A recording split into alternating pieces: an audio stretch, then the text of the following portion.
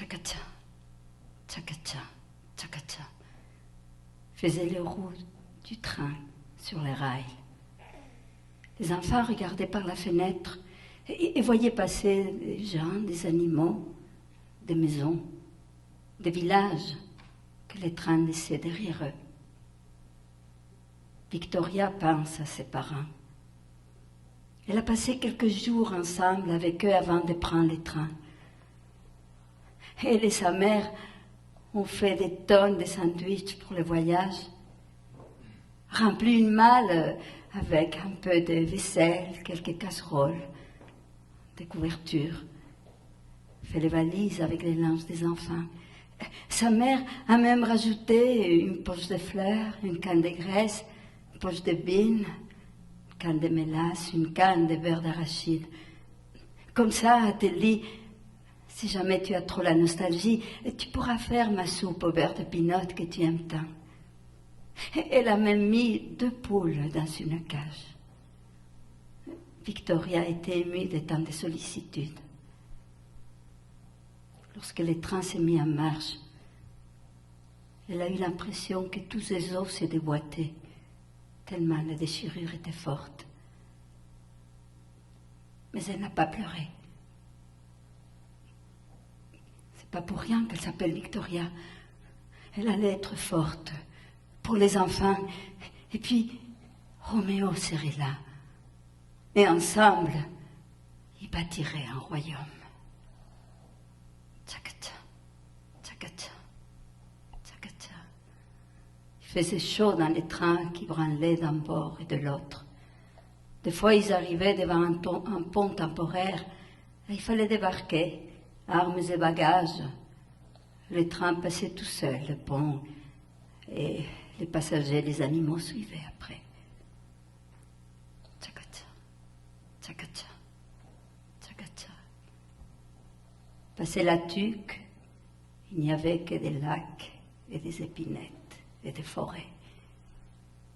Sapinages bétulés se succédaient dans un paysage sauvage et inhabité qui remplissait de crainte le cœur des aspirants à colons. À la fin du 3e jour, une femme qui avait passé la journée à regarder par la fenêtre s'est mise à chanter. Si tu vois mon pays malheureux, si tu vois mon pays malheureux, va dire à mes amis que je me souviens d'eux. Va dire à mes amis que je me souviens d'eux. Tous les wagons étaient restés silencieux après cette chanson. Victoria regardait les enfants couchés à même le plancher du wagon. Émilie serrant fort la poupée que le grand-père lui avait donnée. Hector et Alphonse accrochaient ensemble à leurs rêves. Quelle tristesse, Seigneur! Mais soudain, des jeunes sont arrivés en criant « C'est le début d'une grande aventure. On va être une belle maison. On va survivre par nous-mêmes. On va être bien heureux. » Et il y en a même qui ont sorti des violons et qui ont commencé à danser.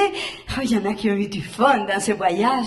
Il y avait Clara et Alice, mariées fraîchement à lui et Théophile Gautier, et qui racontaient comment ils se sont levés à 4 heures du matin pour se marier et pouvoir pogner les trains de 6 heures.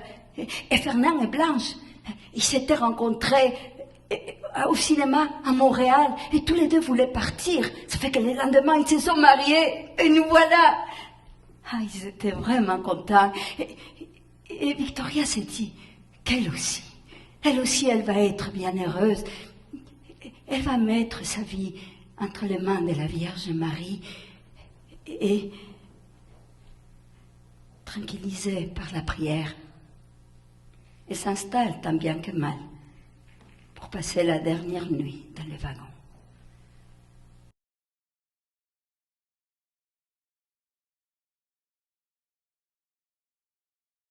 Un matin, qui descendait vers la rivière chercher de l'eau, elle voit un couple, un homme et une femme, qui sont en train de construire une drôle de cabane conique avec des longues perches recouvertes par des écorces de bouleau et par des pots.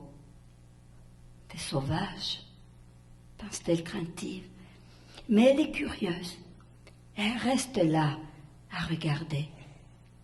Il y a des enfants qui coupent des branches d'épinettes et les rentrent à l'intérieur de la cabane, et des chiens qui couraillent un peu partout. Et ils n'ont pas très dangereux.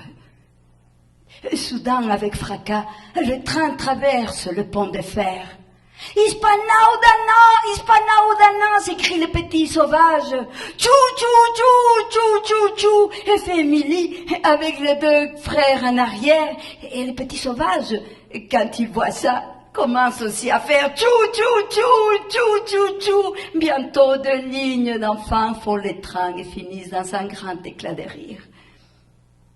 Victoria retrouve son sérieux. Bon, c'est pas tout ça, et il y a encore beaucoup de travail à faire. Rentrons au wagon. Marie et Georges Mapati finissent de construire le wigwam. Ils placent la porte du wigwam dos à la rivière, et puis Marie place des pierres en forme circulaire. Ça va être ça, leur cuisine d'été.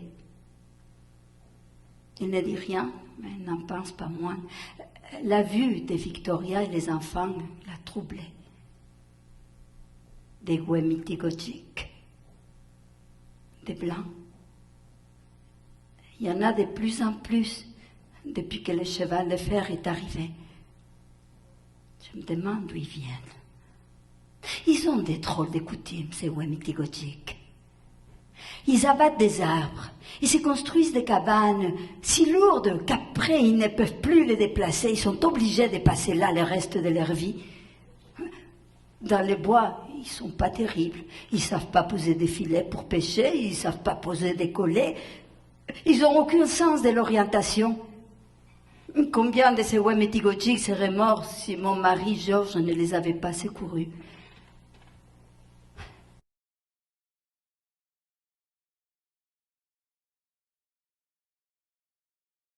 Les enfants sont bien énervés. Ati, la chienne de la meute, a eu les enfants des chiots.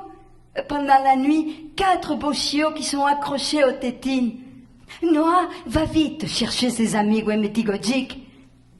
Ah, ils vont tous regarder Ati. Et mon Dieu, qui sont beaux ces chiots, tout noirs, tout petits, on dirait des peluches. Du moins, c'est ce qu'il pense, Alphonse, qui s'approche pour en prendre un. Et la chienne aboie et montre les dents. « Touche pas !» dit Noah. « Va-t'en !» dit Émilie. Les yeux d'Alphonse se remplissent de larmes. Il ne savait pas, lui. Il a eu très peur. Il est tout petit, il a juste 4 ans. Et il pleure et part, secoué des sanglots. Il pleure comme un enfant qui est victime d'une injustice, qui pense que les amis ne l'aiment plus. Et il court dans la treille et aveuglé par les larmes. Il trébuche et tombe dans la rivière. Émilie, qui allait en arrière, et qui voit l'enfant tomber, et commence à crier, il ne sait pas nager non plus, la rivière va l'emporter. Les enfants entendent les cris d'Émilie, Victoria entend les cris d'Émilie. Marie saute dans l'eau et prend l'enfant avant que le courant l'emporte. Miwetch, Wabaking. Tidish Bekan, Kawe Bawikan. Devant elle se tient Victoria, le souffle coupé, les yeux exorbités.